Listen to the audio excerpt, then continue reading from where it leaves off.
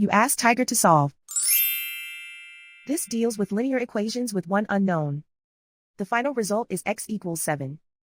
Let's solve it step by step.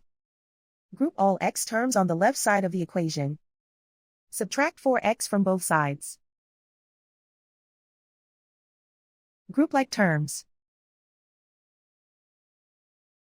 Simplify the arithmetic.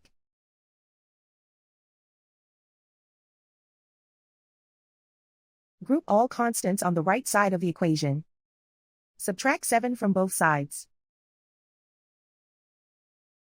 Simplify the arithmetic.